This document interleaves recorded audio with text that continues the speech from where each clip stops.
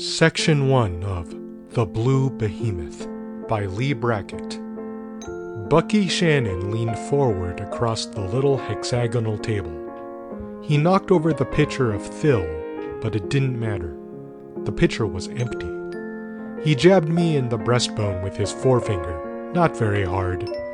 Not hard enough to jar the ribs clean loose, just enough to spring them. "We," he said, "are broke. We are finished, through, washed up and down the drain." He added, as an afterthought, "destitute." I looked at him. I said sourly, "You're kidding." "Kidding?"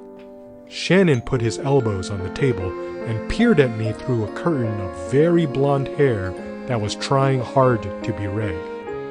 "He says I'm kidding. With Shannon's Imperial Circus, the greatest show in space, plastered so thick with attachments." "It's no more plastered than you are." I was sore because he'd been a lot quicker grabbing the pitcher. "The greatest show in space? Phooey. I've wet nursed Shannon's Imperial Circus around the triangle for 11 years, and I know. It's lousy, it's mangy, it's broken down. Nothing works, from the ship to the roustabouts. In short, it stinks." I must have had the pitcher oftener than I thought. Nobody insults Buckhalter Shannon's Imperial Circus to Buckhalter Shannon's face, unless he's tired and wants a long rest in the comfy fracture frame. Shannon got up. He got up slowly. I had plenty of time to see his gray-green eyes get sleepy and hear the quarter-earth-blood Martian girl wailing about love over by the battered piano, and watch the slanting cat eyes of the little dark people at the tables swing round toward us, pleased and kind of hungry. I had plenty of time to think how I only weigh 137 to Shannon's 175, and how I'm not as young as I used to be. I said, "Bucky, hold on, fella. Somebody said, "Excuse me, gentlemen. Is one of you Mr. Buckhalter Shannon?" Shannon put his hands down on his belt. He closed his eyes and smiled pleasantly and said, very gently, "Would you be collecting for the feed bill or the fuel?" I shot a glance at the newcomer. He'd saved me from a beating, even if he was a lousy bill collector, and I felt sorry for him. Bucky Shannon settled his shoulders and hips like a dancer. The stranger was a little guy. He even made me look big. He was dressed in dark green synthisilk, very conservative. There was a powdering of gray in his hair, and his skin was pink, soft, and shaved painfully clean. He had the kind of a face that nice maiden ladies will trust with their last dime. I looked for his strong-arm squad. There didn't seem to be any. The little guy looked at Shannon with pale blue eyes like a baby, and his voice was softer than Bucky's. He said, "I don't think you understand." I felt cold suddenly between the shoulders. Somebody scraped the chair back. It sounded like he'd ripped the floor open. It was so quiet. I got my brassies on, and my hands were sweating. Bucky Shannon sighed, and let his fist start traveling, a long, deceptive arc. Then I saw what the little guy was holding in his hand. I yelled and knocked the table over into Bucky. It made a lot of noise. It knocked him sideways and down, and the little dark men jumped up, quivering and showing their teeth. The Martian girl screamed. Bucky heaved the table off his lap and cursed me. "What's eating you, Jig? I'm not going to hurt him." "Shut up," I said. "Look what he's got there. Money!" The little guy looked at me. He hadn't turned a hair. "Yes," he said. "Money. Quite a lot of it. Would you gentlemen permit me to join you?" Bucky Shannon got up. He grinned his pleasantest grin. "Delighted. I'm Shannon. This is Jig Bentley, my business manager." He looked down at the table. "I'm sorry about that. Mistaken identity." The little guy smiled. He did it with his lips. The rest of his face stayed placid and babyish, almost transparent. I realized with a start that it wasn't transparent at all. It was the most complete deadpan I ever met, and you couldn't see into those innocent blue eyes any more than you could see through sheet metal. I didn't like him. I didn't like him at all. But he had money. I said, "Howdy, let's go find a booth. These marshies make me nervous, looking like hungry cats at a mouse hole." The little guy nodded. "Excellent idea. My name is Beamish. Simon Beamish. I wish to, charter your circus." I looked at Bucky. He looked hungrier than the marshies did. We didn't say anything until we got Beamish into a curtained booth with a fresh pitcher of fill on the table. Then I cleared my throat. "What exactly did you have in mind, Mr. Beamish?" Beamish sipped his drink, made a polite face, and put it down. "I have independent means, gentlemen. It has always been my desire to lighten the burden of life for those less fortunate." Bucky got red around the ears. "Just a minute," he murmured, and started to get up. I kicked him under the table. "Shut up, you lug. Let Mr. Beamish finish." He sat down, looking like a mean dog waiting for the postman. Beamish ignored him. He went on, quietly. "I have always held that entertainment of the right sort is the most valuable aid humanity can have in its search for the alleviation of toil and boredom." I said, Sure, but what was your idea?" "There are many towns along the Venusian frontiers where no entertainment of the proper sort has been available. I propose to remedy that. I propose to charter your circus, Mr. Shannon, to make a tour of several settlements along the Tahara Belt." Bucky had relaxed. His gray-green eyes began to gleam. He started to speak, and I kicked him again. "That would be expensive, Mr. Beamish," I said. "We'd have to cancel several engagements." He looked at me. I was lying, and he knew it. But he said, "I quite understand that. I would be prepared." The curtains were yanked back suddenly. Beamish shut up. Bucky and I glared at the head and shoulders poking in between the drapes. It was Gao, our zoo man, a big, ugly son of a gun from a Terran colony on Mercury. I was there once. Gao looked a lot like the scenery, scowling, unapproachable, and tough. His hands, holding the curtains apart, had thick black hair on them and were not much larger than the hams of a Venusian swamp rhino. He said, "Boss, Gertrude's acting up again." "Gertrude be blowed!" growled Bucky. "Can't you see I'm busy?" Gao's black eyes were unpleasant. "I'm telling you, boss, Gertrude ain't happy. She ain't had the right food. If something..." I said, "That'll be all taken care of, Gao. Run along now." He looked at me like he was thinking it wouldn't take much timber to fit me for a coffin. "Okay, but Gertrude's unhappy. She's lonesome, see? And if she don't get happier pretty soon, I ain't sure your tin pot ship'll hold her." He pulled the curtains to and departed. Bucky Shannon groaned. Beamish cleared his throat and said, rather stiffly, "Gertrude?" "Yeah, she's kind of temperamental." Bucky took a quick drink. I finished for him. "She's the star attraction of our show, Mr. Beamish. A real blue swamp Venusian Kansan. The only other one on the triangle belongs to Savitt Brothers, and she's much smaller than Gertrude.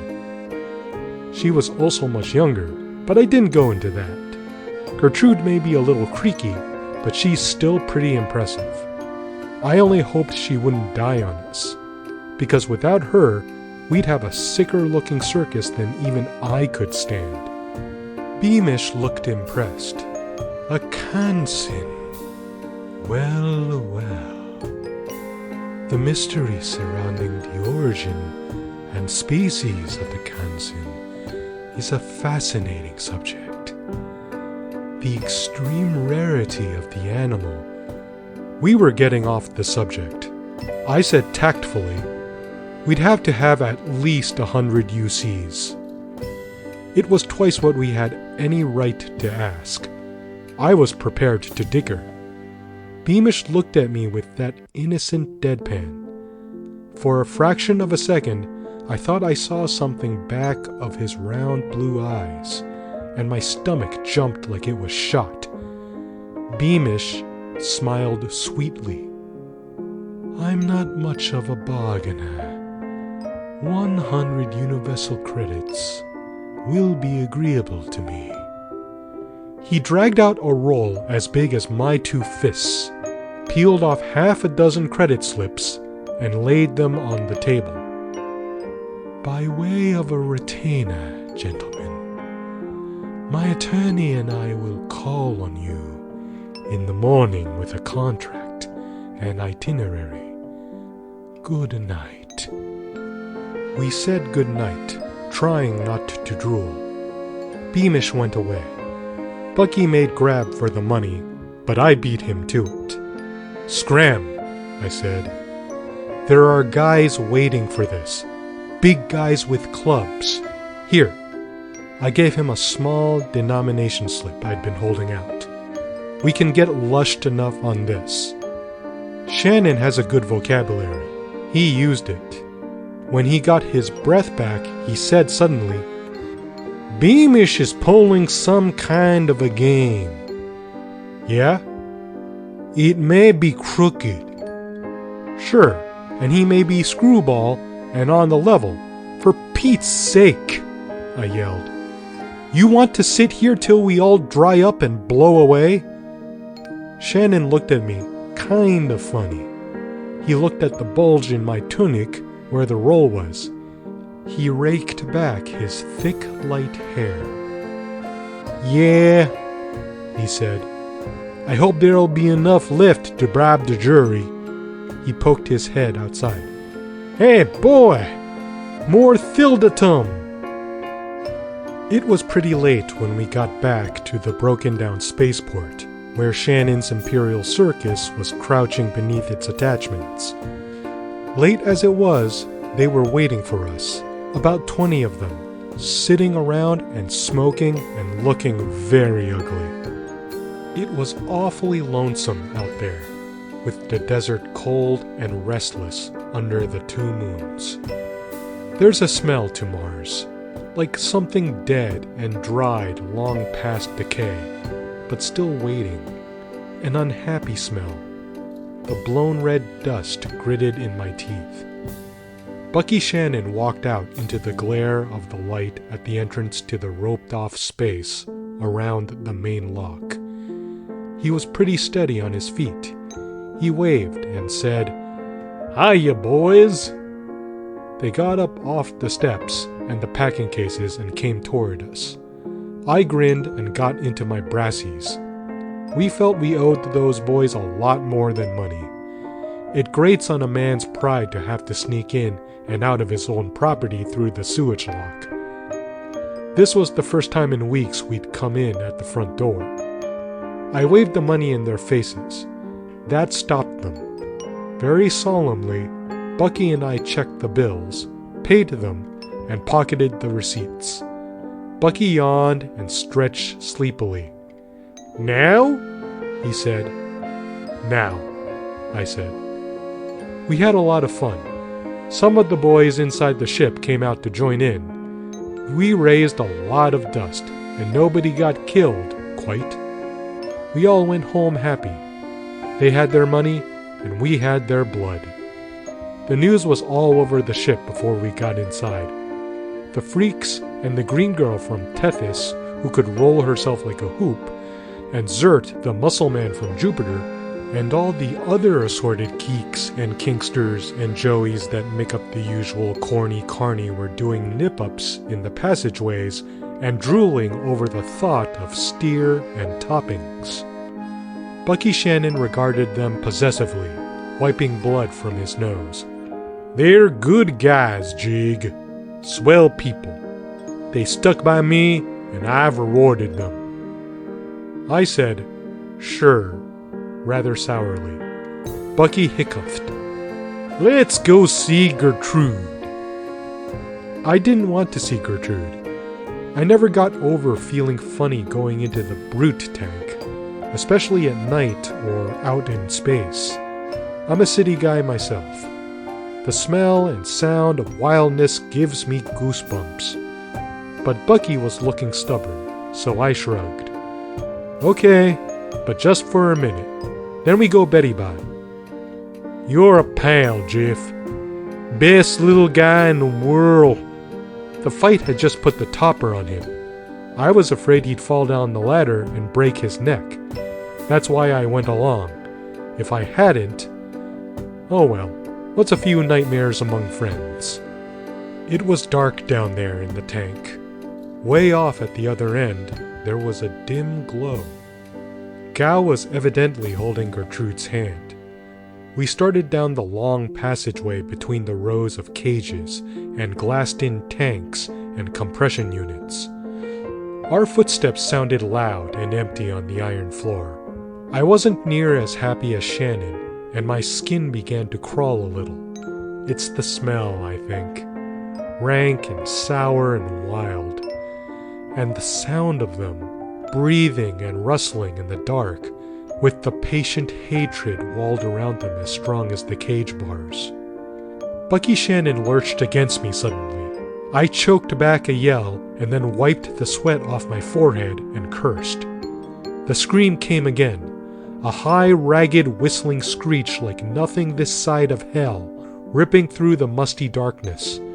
Gertrude on the wailing wall. It had been quiet.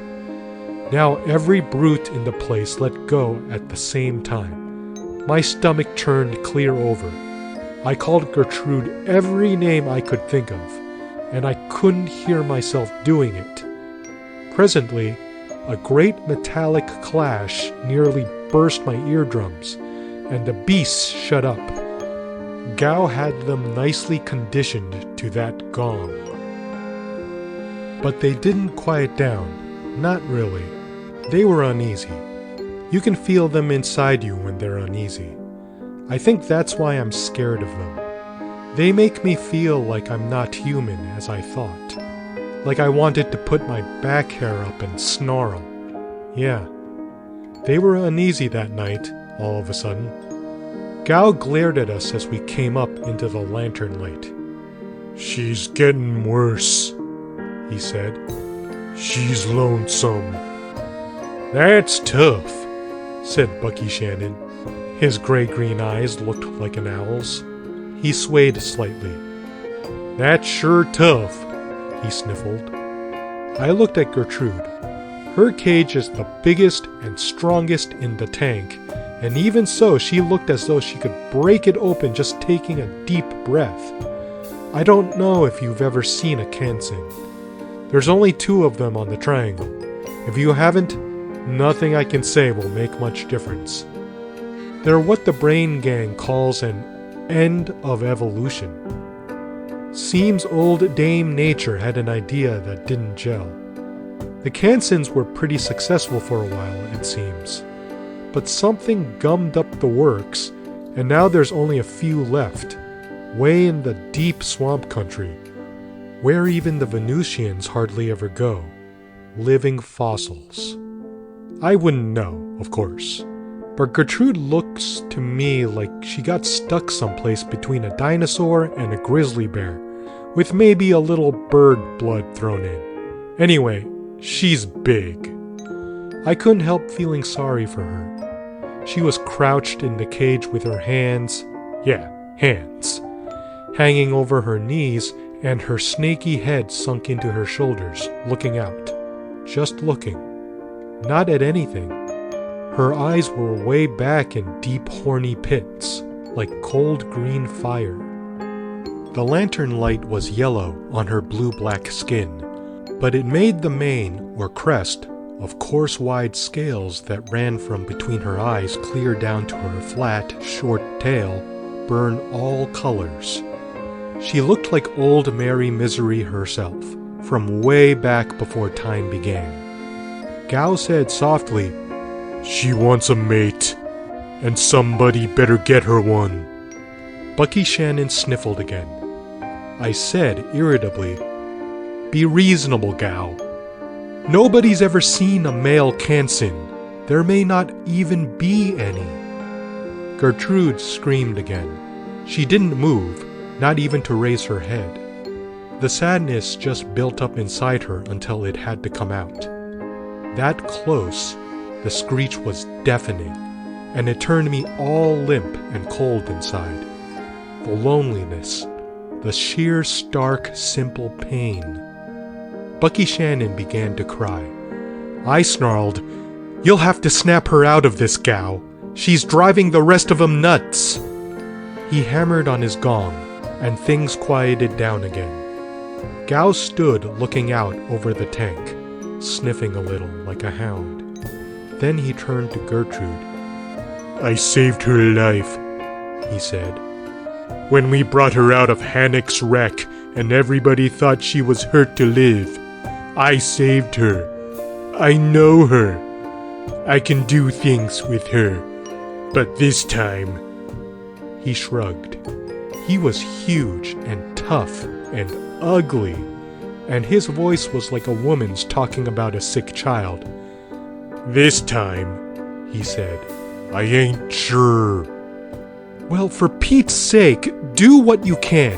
We got a charter, and we need her." I took Shannon's arm. "Come to bed, Bucky darlin'." He draped himself over my shoulder, and we went off. Gao didn't look at us. Bucky sobbed. "You were right, Jig," he mumbled. "Circus is no good. I know it. But it's all I got. I love it, Jig. Understand me? Like Gao there with Gertrude. She's ugly and no good, but he loves her. I love..." Sure, I told him. "Stop crying down my neck." We were a long way from the light, then. The cages and tanks loomed high and black over us. It was still. The secret, uneasy motion all around us and the scruffing of our feet only made it stiller. Bucky was almost asleep on me. I started to slap him, and then the mist rose up out of the darkness in little lazy coils, sparkling faintly with blue cold fire. I yelled, "Gao! Gao! The vapor snakes! Gao! For God's sake!" I started to run back along the passageway. Bucky weighed on me, limp and heavy. The noise burst suddenly in a deafening hell of moans and roars and shrieks. Packed in tight by the metal walls, and above it all I could hear Gertrude's lonely, whittling scream. I thought, somebody's down here. Somebody let him out. Somebody wants to kill us. I tried to yell again. It strangled my throat. I sobbed, and the sweat was thick and cold on me. One of Bucky's dragging, stumbling feet got between mine. We fell. I rolled on top of him, covering his face, and buried my own face in the hollow of his shoulder. The first snake touched me. It was like a live wire sliding along the back of my neck. I screamed. It came down along my cheek, hunting my mouth. There were more of them, burning me through my clothes. Bucky moaned and kicked under me. I remember hanging on and thinking, this is it. This is it. And oh God, I'm scared. Then I went out. End of Section 1. Section 2 of The Blue Behemoth by Leigh Brackett. Kanza the Martian croaker was bending over me when I woke up. His little brown face was crinkled with laughter. He'd lost most of his teeth, and he gummed thackweed. It smelt. "You pretty, Miss Jig," he giggled. "You funny like hell." He slapped some cold, greasy stuff on my face. It hurt. I cursed him and said, "Where's Shannon? How is he?" "Miss Bucky okay. You save life. You big hero. Miss Jig, Miss Gal come nick of time get snakes. You hero, huh? You funny like hell." I said, "Yeah," and pushed him away and got up. I almost fell down a couple of times, but presently I made it to the mirror over the washstand. I was in my own cell, and I saw what Kanza meant. The damned snakes had done a good job. I looked like I was upholstered in Scotch plaid. I felt sick. Bucky Shannon opened the door. He looked white and grim, and there was a big burn across his neck. He said, "Beamish is here with his lawyer." I picked up my shirt. "Right with you." Kanza went out, still giggling. Bucky closed the door. "Jig," he said, "those vapor worms were all right when we went in. Somebody followed us down and let them out. On purpose." I hurt all over. I growled, "With that brain, son, you should go far." Nobody saw anything, of course? Bucky shook his head. "Question is, Jig, who wants to kill us, and why?" Beamish. He realizes he's been gypped. 100 UCs, said Bucky softly. "For a few lousy swamp-edge mining camps? It stinks, Jig. You think we should back out?" I shrugged. "You're the boss, man. I'm only the guy that beats off the creditors." "Yeah," Bucky said reflectively. "And I hear starvation isn't a comfortable death. Okay, Jig, let's go sign." He put his hand on the latch and looked at my feet. "And, Jig, I said, "Skip it. The next time, just don't trip me up, that's all." We had a nasty trip to Venus. Gertrude kept the brute tank on edge, and Gal, on the rare occasions he came up for air, went around looking like a disaster hoping to happen. To make it worse, Zert the Jovian strongman got hurt during the takeoff, and the Mercurian cave cat had kittens. Nobody would have minded that. Only one of them had only 4 legs. It lived just long enough to scare that bunch of superstitious dopes out of their pants. Circus people are funny that way. Shannon and I did a little quiet sleuthing, but it was a waste of time. Nobody in the gang might have let those electric worms out on us. It didn't help any to know that somebody, maybe the guy next to you at dinner, was busy thinking of ways to kill you.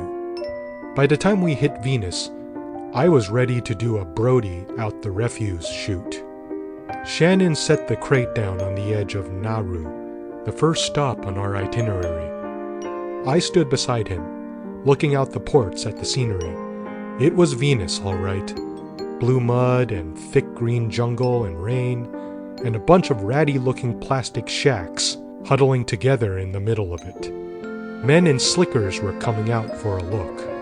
I saw Beamish's sleek yacht parked on a cradle over to the left, and our router's runabout beside it. Bucky Shannon groaned. "A blue one, Jig. A morgue if I ever saw one." I snarled, "What do you want with this lousy dog and pony show?" and went out. He followed. The gang was converging on the lock, but they weren't happy. You get so you can feel those things. The steamy Venus heat was already sneaking into the ship. While we passed the hatchway to the brute tank, I could hear Gertrude screaming. The canvasmen were busy setting up the annex, slopping and cursing in the mud. The paste brigade was heading for the shacks. Shannon and I stood with the hot rain running off our slickers, looking. I heard a noise behind me and looked around. Ara, the Nahali woman, was standing in the mud with her arms up and her head thrown back, and her triangular mouth open like a thirsty dog. She didn't have anything on but her blue-green hard-scaled hide, and she was chuckling. It didn't sound nice. You find a lot of Nahali people in sideshows, doing tricks with the electric power they carry in their own bodies. They're Venusian middle swampers. They're not human, and they never forget it.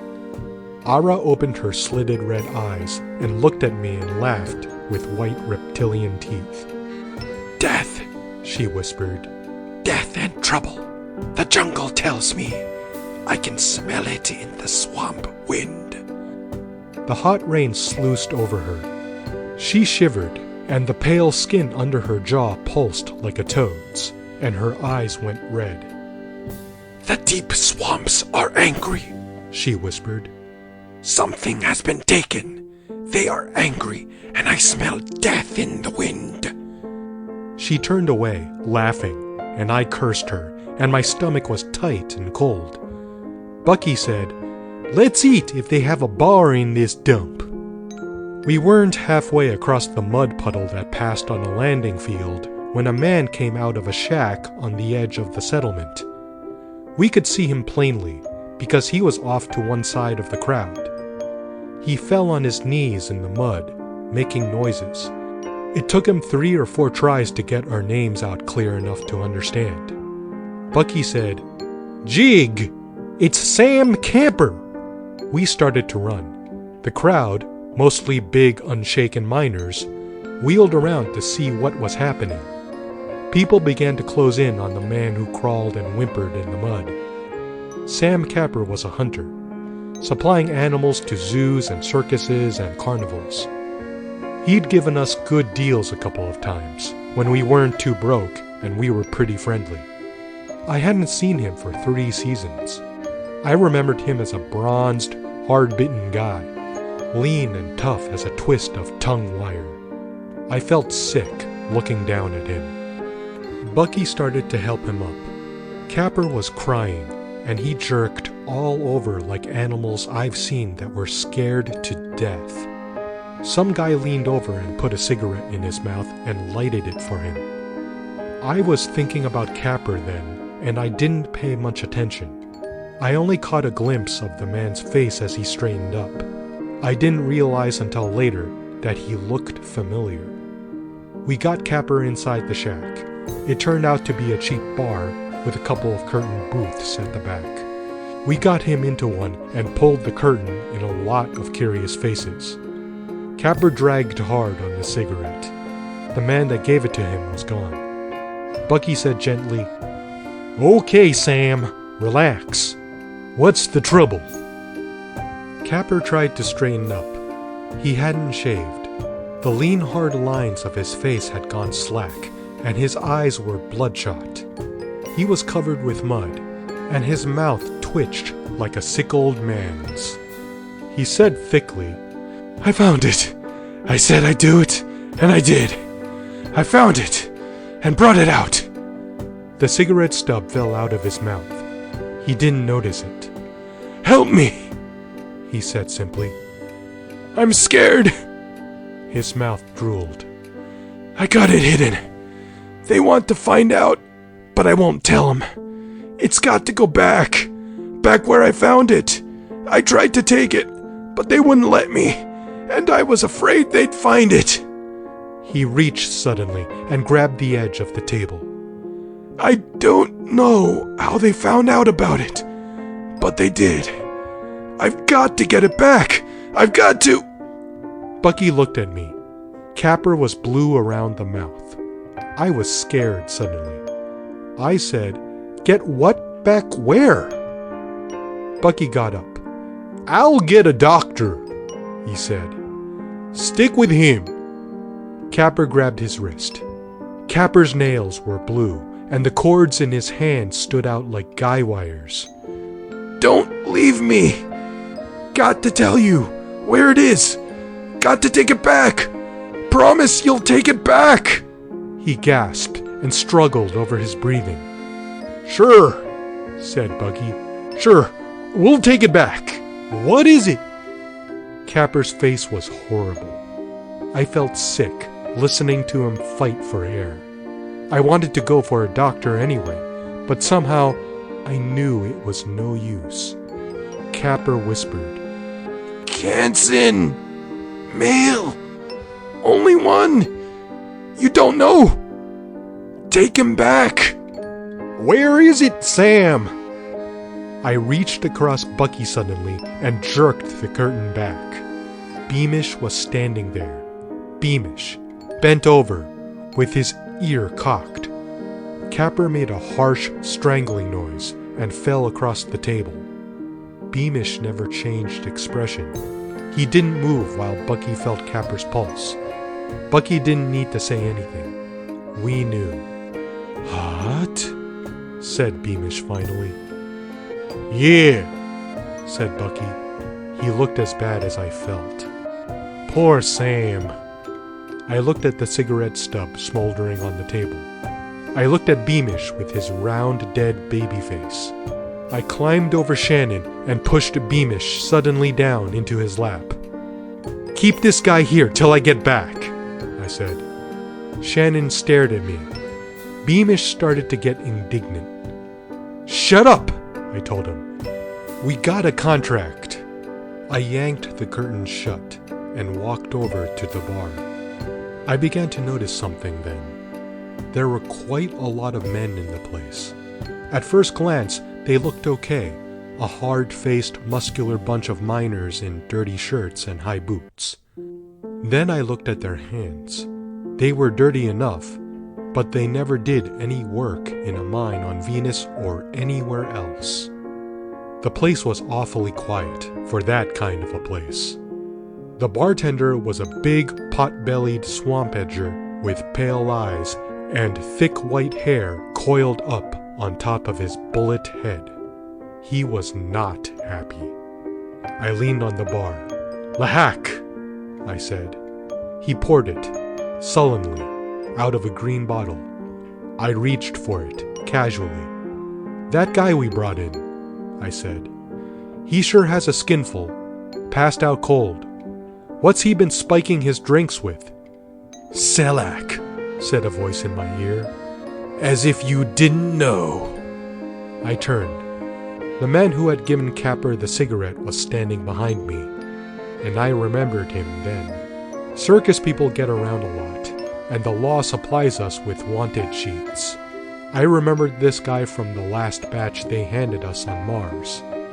Melak Thompson was his name, and he had a reputation. He had a face you wouldn't forget, dark and kind of handsome, with the Drylander blood showing in the heavy bones and the tilted green eyes. His mouth was smiling and brutal. He nodded at the booth. "Let's take a walk," he said. We took a walk.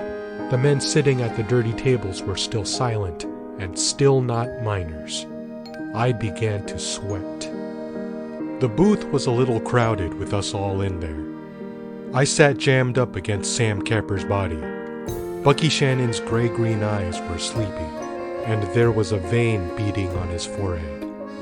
Beamish said to Melak, "Capper's dead.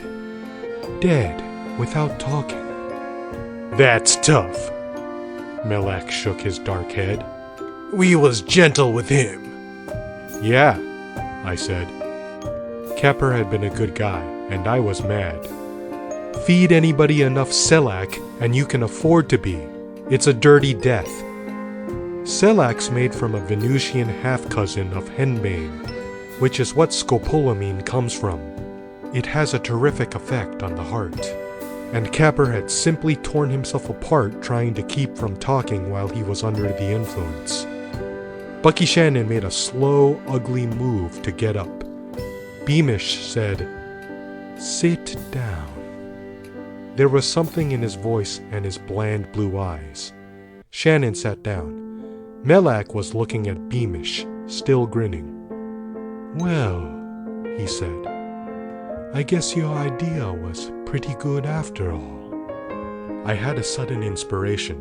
The burns were still sore on my body, and Rapper's tortured face was close to mine, and I took a wild shot at something I wasn't even sure I saw.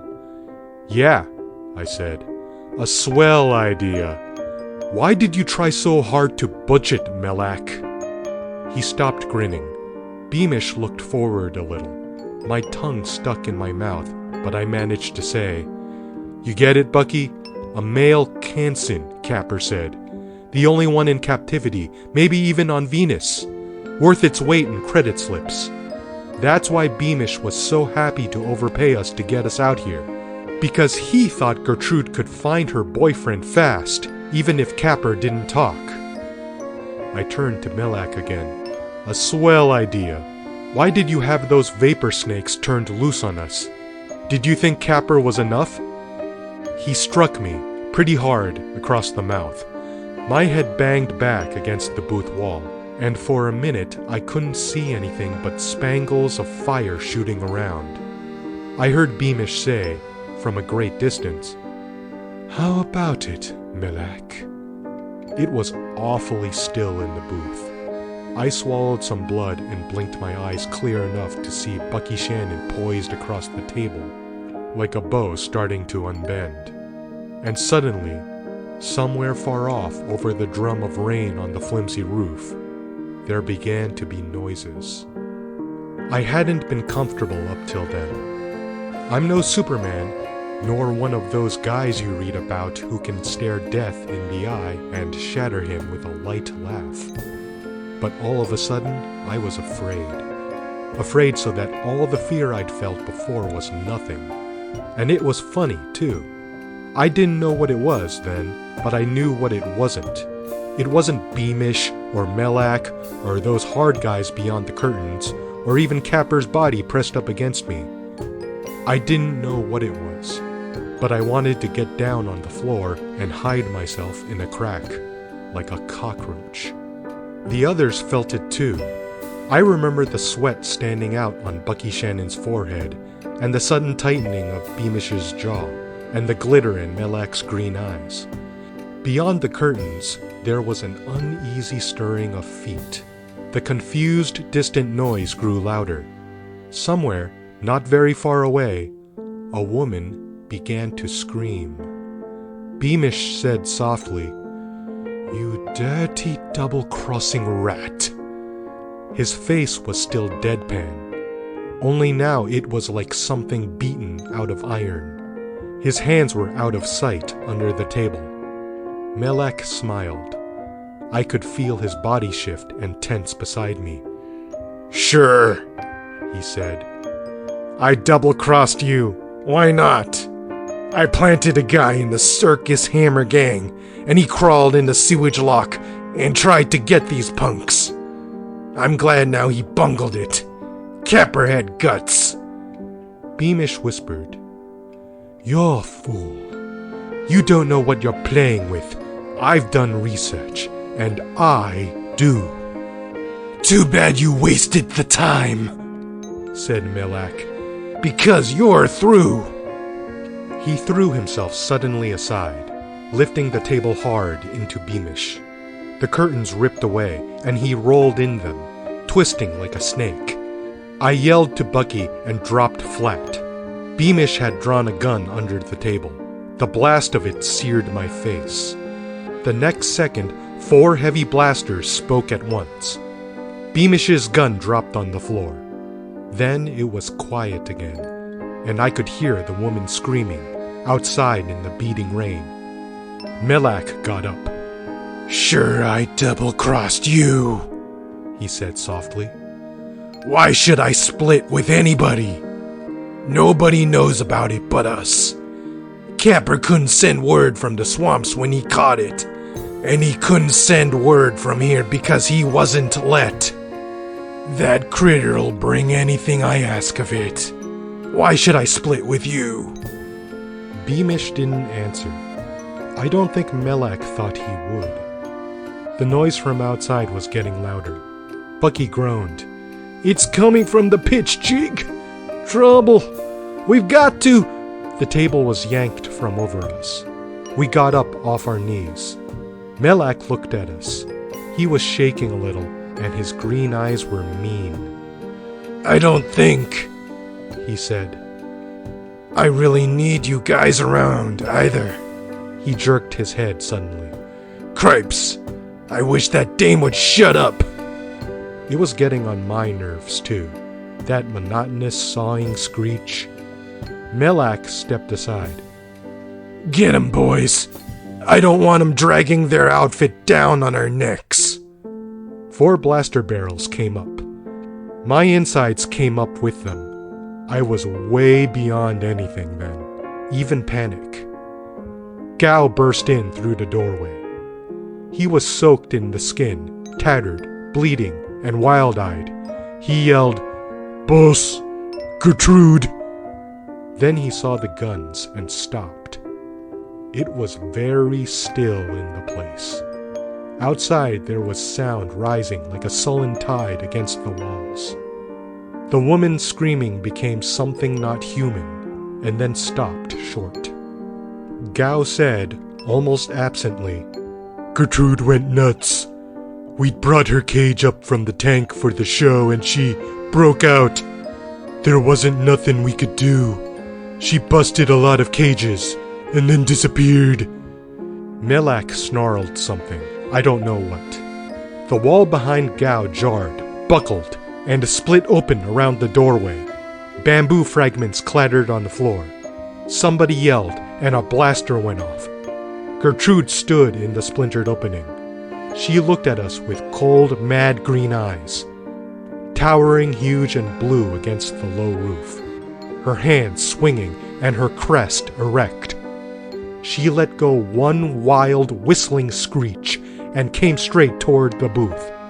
Bucky Shannon touched my arm.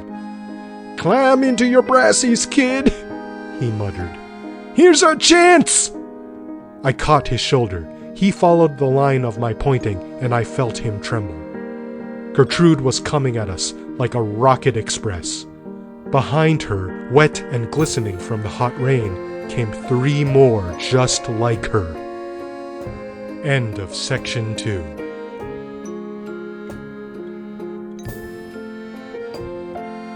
Section 3 of The Blue Behemoth by Leigh Brackett. We scattered, all of us, hunting for a way out. There was only one door leading to the back, and it was stoppered tight with men cursing and fighting to get through. Gao was crouched in a corner by the splintered wall. I pulled Bucky along, thinking we might get in back of the Kansans and sneak out. I wondered what they wanted, and I wondered where in heck you could hide a thing as big as Gertrude and keep anybody from finding out. Somebody screamed briefly. I saw one of the strange Kansans toss the bartender aside like a dry twig. Gao rose up in front of me with a queer, staring look in his eyes. "Something's wrong," he said. "All wrong. His mouth twitched. He turned sharply and started to scramble through the wrecked hall. Bucky and I were right on his heels. I think Melak and some of his lobby gals were crowding us, but nobody was thinking about things like that anymore. I knew what was eating Gao. The fear that had looked out of Capper's eyes. The fear that was riding me. Fear that had nothing to do with anything physical. Bucky cursed and stumbled beside me, and suddenly the 4 Kansans let go a tremendous thundering scream. The hair rose on my neck, and I turned to look. I just had to. Gertrude had turned away from the booth. They stood, the 4 of them, their huge black shoulders touching, their crests like rows of petrified flame, staring at what Gertrude held in her arms. It was Capper's body. Slowly, with infinite gentleness, she began to strip him. He hung loose in the cradle of one great arm, his flesh showing blue-white against her blueness. Her free hand ripped his clothes away like things made of paper. I don't know why nobody tried to shoot the beasts after the first second. Sheer panic, I guess. We could have killed them all then, but we just stood looking, fascinated by the slow, intent bearing of Capper's body, and the strange fear. It was on us all. Capper lay naked in her black arms. She raised him slowly over her head, her eyes blind green fires deep under bony brows. The others drew closer, shivering, and I could hear them whimper. Strangers from the deep swamps with no stink of man on them. I thought of the Nahali woman laughing in the hot rain. Death from the deep swamps, because something had been taken, and they were angry. There was a little black box strapped to Capper's thin white belly. Gertrude shifted her hands a little. The blood hammered in my ears. I was sick. I didn't want to look anymore. I couldn't help it. Bucky Shannon caught a hard, sobbing breath. Gertrude broke Sam Capper's body in two. I can still hear the noise it made. The blood ran dark and sluggish down her arms. It worried me that Capper's face didn't change expression. The little black box on his belly split with the rest of him. Something rose out of it. Something no bigger than my forefinger that carried a cold green blaze around it, like a ball of St. Elmo's fire. Gertrude threw Capper away. I heard the two flopping thuds of him hitting the floor. Some guy was down to his knees close to me. His lips moved. I don't know if he could remember his prayers. Something else was vomiting hard. I wanted to, but my stomach felt frozen. The cold green fire had a shape inside it. I couldn't make it out clearly, except that it looked horribly human. It put out 4 thin green filaments. Don't ask me if they were physical things like tentacles, or just beams of light, or maybe thought. I don't know. Whatever they were, they worked. They connected with the 4 black, snaky heads of the female Kansans. I felt the shock of them connecting with my own nerves. And it was like something had welded those 4 brutes together into one. They had been 4, separate, with hard outlines. Now they were one single interlocking entity. I guess it was just my being so scared and sick, but I thought I saw their outlines blur a little. Gao spoke suddenly. His voice was pretty loud and calm. "That was it," he said, as though it was the only thing in the world that mattered. "They ain't complete by themselves. Like the Zerats back home on Mercury. They got a community brain. No wonder Gertrude was lonesome." His voice broke the spell. Somebody screamed, and everybody started to move at once, clawing in blind panic for the openings. And we all knew, then, what we were afraid of. We were afraid of the little thing in the black box. The thing in a cloak of fire that had risen from the ruins of Capper's body, and the power that lived in it. I suppose we thought we were going to fight it all right, but outside, where we could breathe, not in here, with the hugeness of the female smothering us, penned in with the last male Kansan in creation. I knew then why Capper had broken, and why he hadn't told, in spite of the Selak. The thing hadn't let him, and it had called to its kind, from the deep swamps and Buckhalter Shannon's Imperial Circus. The deep indigo night of Venus had settled down, in the smell of mud and jungle and the hot rain. Lights flared crazily here and there out of open doorways. People were yelling, the tight animal mob yell of fear. There was no place to run in Nauru. The jungle held it. The thick green jungle built on quicksand and crawling with death. Behind us, the four Kansans raised a wild whistling screech. It was answered out of the hot night between the little shacks of Naru, brute voices singing their hate. Suddenly, I remembered what Gao had said. She busted a lot of cages. God knew what was loose in that town. Bucky Shannon spoke beside me. We were still running, slipping, and floundering in the mud, making toward the ship with sheer instinct. He gasped, "We got to get those babies rounded up! Gao! Gao, you hear me? We got to get them back!" Gao's voice came sullenly. I hear you, boss. We slowed down. It was suddenly important to hear what more Gao had to say. Don't you get it? He asked slowly. Gertrude let him out. She wanted him to help her. They know it. They ain't going back. Somewhere behind us, a plastic shack cracked open like an eggshell. Human cries were drowned in a whistling screech. Off to the right, the Mercurian cave cat began to laugh like a crazy woman. Slow, patient animal hate walled around them, waiting. The feel and smell of hate in the brute tank. I could feel and smell it now, in Naru, only it wasn't patient and waiting anymore. The time it had waited for was here. Gertrude had set it free. Shannon said, very softly, "Mother, oh God, what are we going to do?"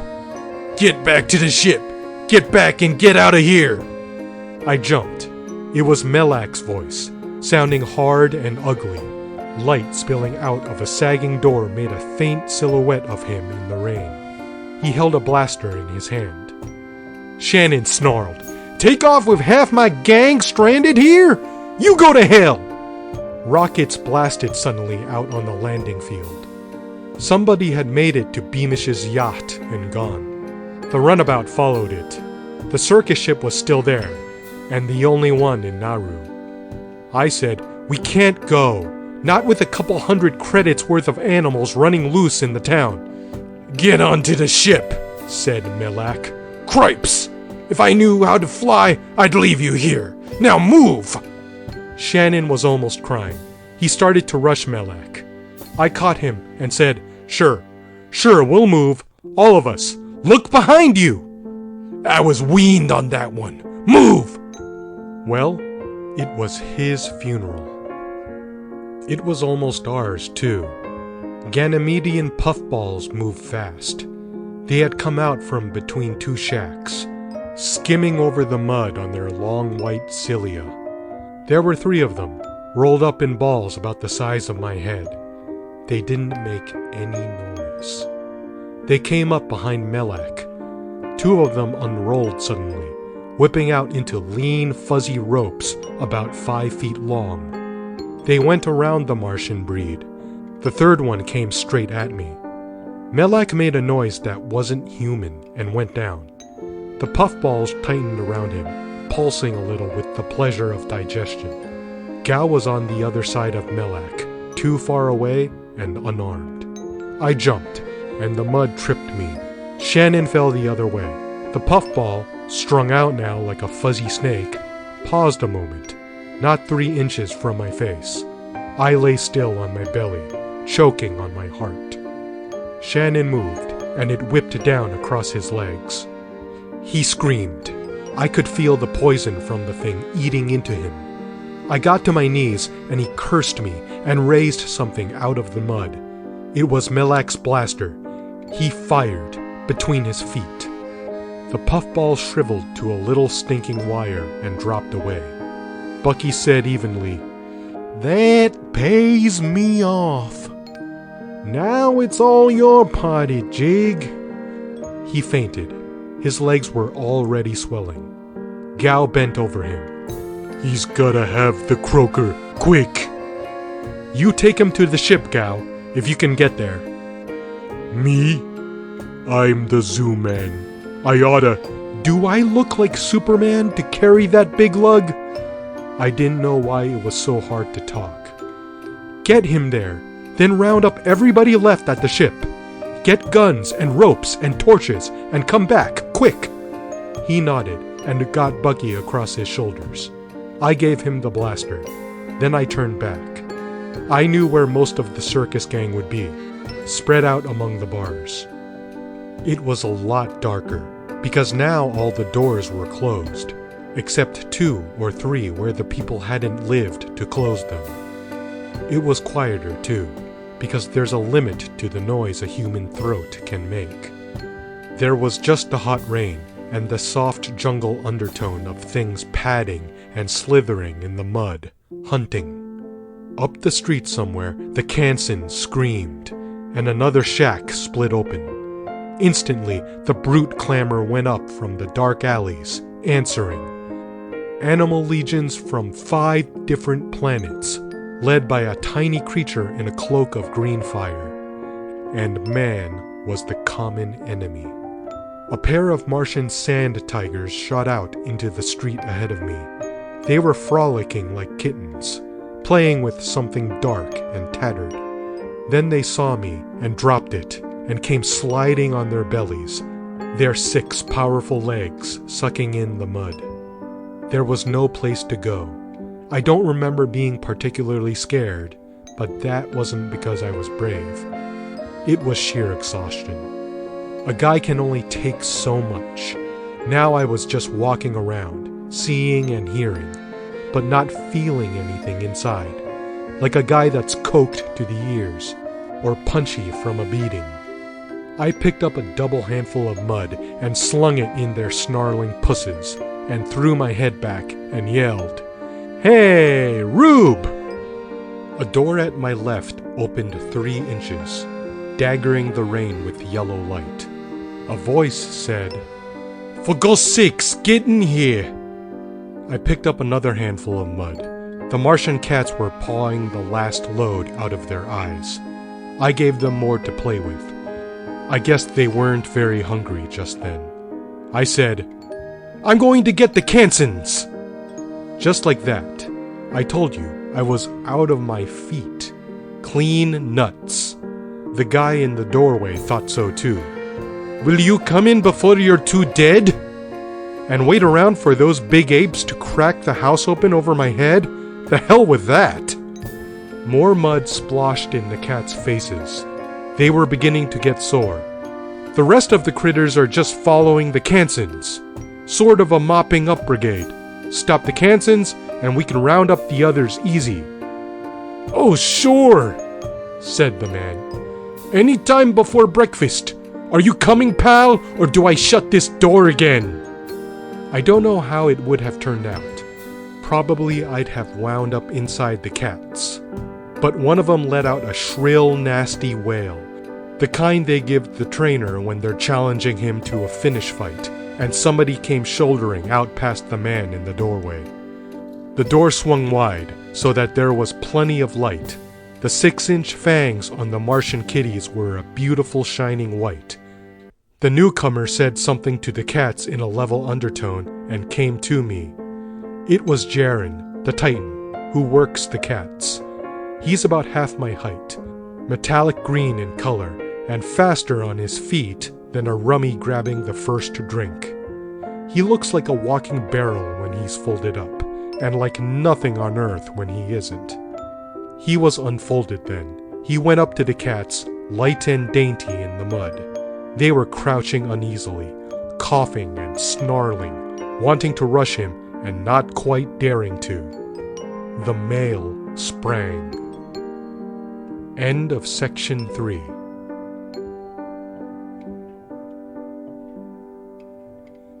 Section 4 of The Blue Behemoth by Leigh Brackett. All I could see was a green blur in the rain. I heard the crisp, wicked smacks of Jaren's tentacles on the tiger. It flopped over in midair, buried its face in the mud, and came up yowling, like your Aunt Minnie's cat when you stepped on its tail. It went away from there, fast, with its mate right behind it. Jaren chuckled softly. "About the Kansans," he hissed.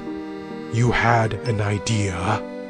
Somewhere, quite close to us, there was the familiar sound of a plastic shack going to pieces. I remembered hearing blasters rip occasionally, but only Melak's hoods were armed with anything heavy enough to do any good, and I guessed most of them had beat it to Beamish's yacht. A Kansan has a hell of a tough hide, and their vitality is something you wouldn't believe if you hadn't seen it. The familiar whistling screech went up, and the babble of human screams and the brute chorus from the rainy alleys. I think, right then, I began to get scared. The fear began to seep through my dopey palm, like pain in a new wound. I shuddered and said, No ideas. There was a soft step in the mud behind me. I spun around, sweating. Ara, the Nahali woman, stood there, red-eyed and laughing. "You are frightened," she whispered. I didn't deny it. "I can help you stop the Kansans." Her eyes glittered like wet rubies, and her teeth were white and sharp. "It may not work, and you may die. Will you try it?" She was daring me. She was hardly more human than the brutes themselves, and she belonged with the rain and the hot indigo night. I said, "You don't want to help me, Ara. You want us to die." I could see the pale skin throbbing under her bony jaw. She laughed, soft alien laughter that made my back hair stir and prickle. "You humans," she whispered, "trampling and spoiling. The middle swamps have suffered you, greedy with oil and plumes and dye. But you we can fight." She jerked her round, glistening head toward the sound of destruction. "The death from the deep swamps, no. You deserve to die, you humans. You went meddling with something too big even for your pride. But because the Kansans killed my mate and our first young." She hunched up. I thought she was going to flop on her belly, like a caiman in the mud. Her teeth gleamed, sharp and savage. "Legend says the Kansans were once the wisest race on Venus. They were worshipped as gods by the little pre-human creatures of the swamp edges. They were going to be the reasoning lords of a planet. But nature made a mistake. Perhaps some mutation that couldn't be stopped. I don't know. Anyway, the females grew until their one thought was to find enough food. The males tried to balance this. Most of their strength was in their minds anyway, but they couldn't. The Kansans took to eating their worshippers. At the same time, the number of eggs they laid grew smaller and smaller. Finally, the swamp edgers drove them out, back into the deep swamps. They've been there ever since, going farther and farther on the path of evolution, dwindling in numbers, always hungry, and hating the humans who rob them of their future. Even us they hate, because we go erect and have a speech. The females are not independent. The male controls the community mind. They must have unity to exist at all. If you could control the male." I thought of the little creature in the ball of green fire. I shivered, and the pit of my stomach pinched up. I said, "Yeah? How?" She chuckled at me. "It may mean death. Will you risk it?" I didn't have to. I could beat it back to the ship, maybe even rescue some of the gang with Jaren's help. Then I thought about Bucky, and the way he cried down my neck that night in the tank, and what would happen to us if we didn't get the animals rounded up. I thought, oh hell, why does a guy ever do anything? I don't know. Maybe I thought I'd never get across the field to the ship anyhow. I said, "Spill it, you she-snake. What do I do?" "Get Quern," she said, and went off through the hot rain, back into the plastic shack. The door slammed shut. Jaren and I were alone in the dark. I said, "Will you help me?" Of course. I looked down the street toward the landing field. I felt tired suddenly, gone in the knees and weak, and sick to vomiting with fear. Here comes Gao, I said. He's got 7 or 8 guys with guns. Just keep the critters off us until we get through with the Kansans, and try not to kill any more than you can help. Good old Jig, thinking about money even then. Gao came up. We talked a minute, just the things that had to be said, and then I asked, "Anybody have any idea where Quern might be?" Yeah, said Gao slowly. He was in the gin mill next to the one we was in. Drunk. I heard him singing when I went by. I think the big apes wrecked it. We started off up the muddy street, more as though we'd been wound up to go somewhere and couldn't stop then like men with a purpose. The Kansans were close, awful close. You could hear them sucking and slopping in the muck. The rain fell straight down, almost solid, and the air was thick and hot. We did a lot of shouting. Some men came out of the shacks to join us, but nobody had seen Quern since the trouble started. We had trouble with the animals in the streets. The vapor snakes got one man, and an Ionian Haru poisoned one guy so bad he died the next day. We had to kill a couple of big babies that wouldn't scare off.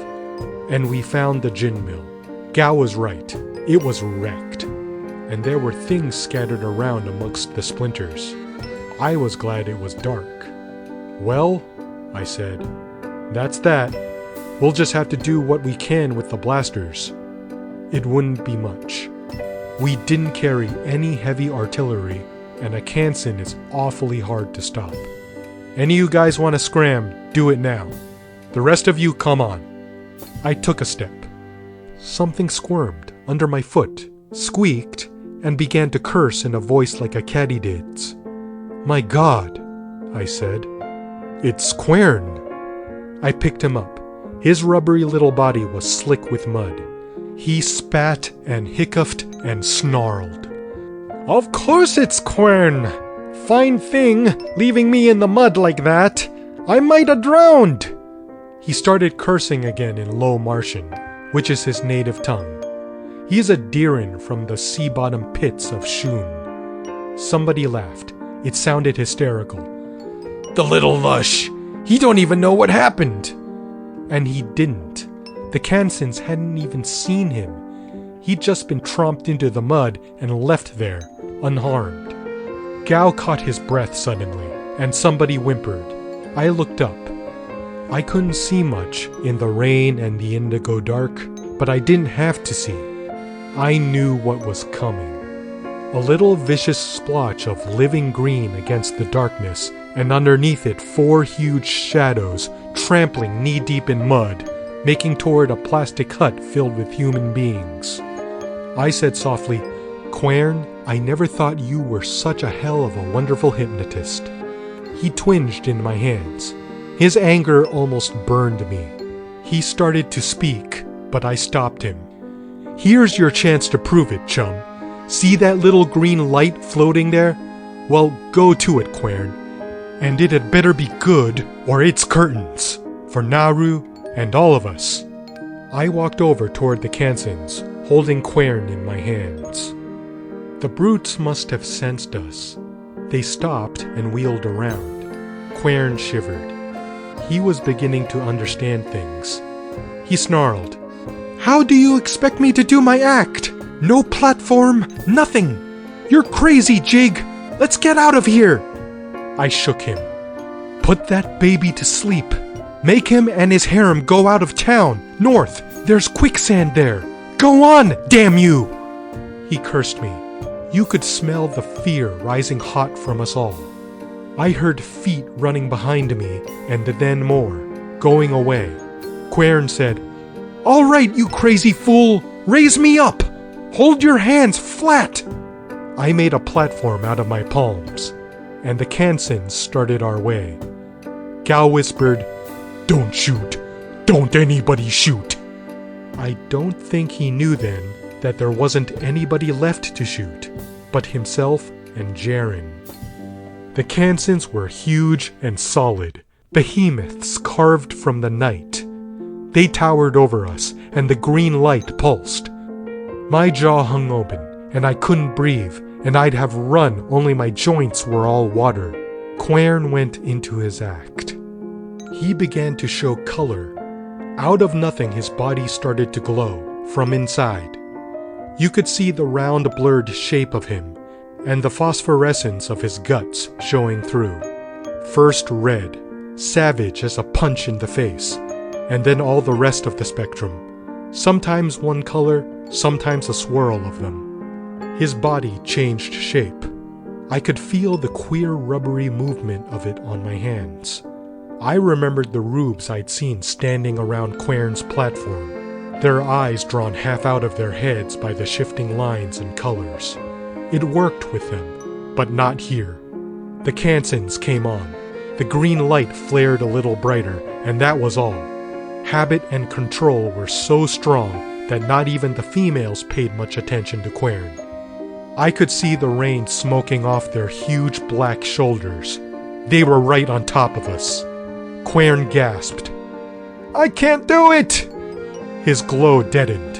I shook him. I yelled, "I knew you were a phony, you two-bit Yenser! Jaren, slow him down, can't you?"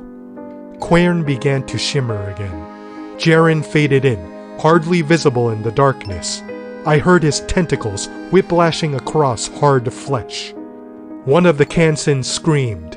The green light did a sharp dip and swirl, and I yelled, "Gao, speak to Gertrude!" The terrifying forward march slowed a little.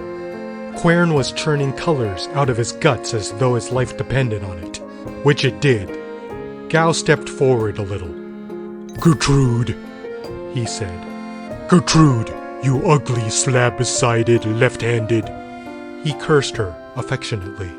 I never heard anything like his voice. I wanted to cry. In Quern's faint hypnotic glow, I saw the green eyes of the nearest female watching, looking wide and queer. The male was angry now, angry and scared. You could tell by the vicious brightness of him. We decided afterward that his light was the same kind a glowworm carries around, only stronger.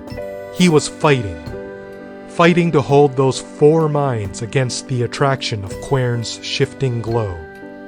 He'd have done it too, if it hadn't been for Gao.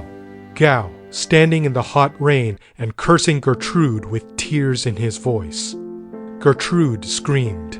Suddenly, for no reason, a strange, uncertain cry. She moved. A sort of shudder ran through the other three.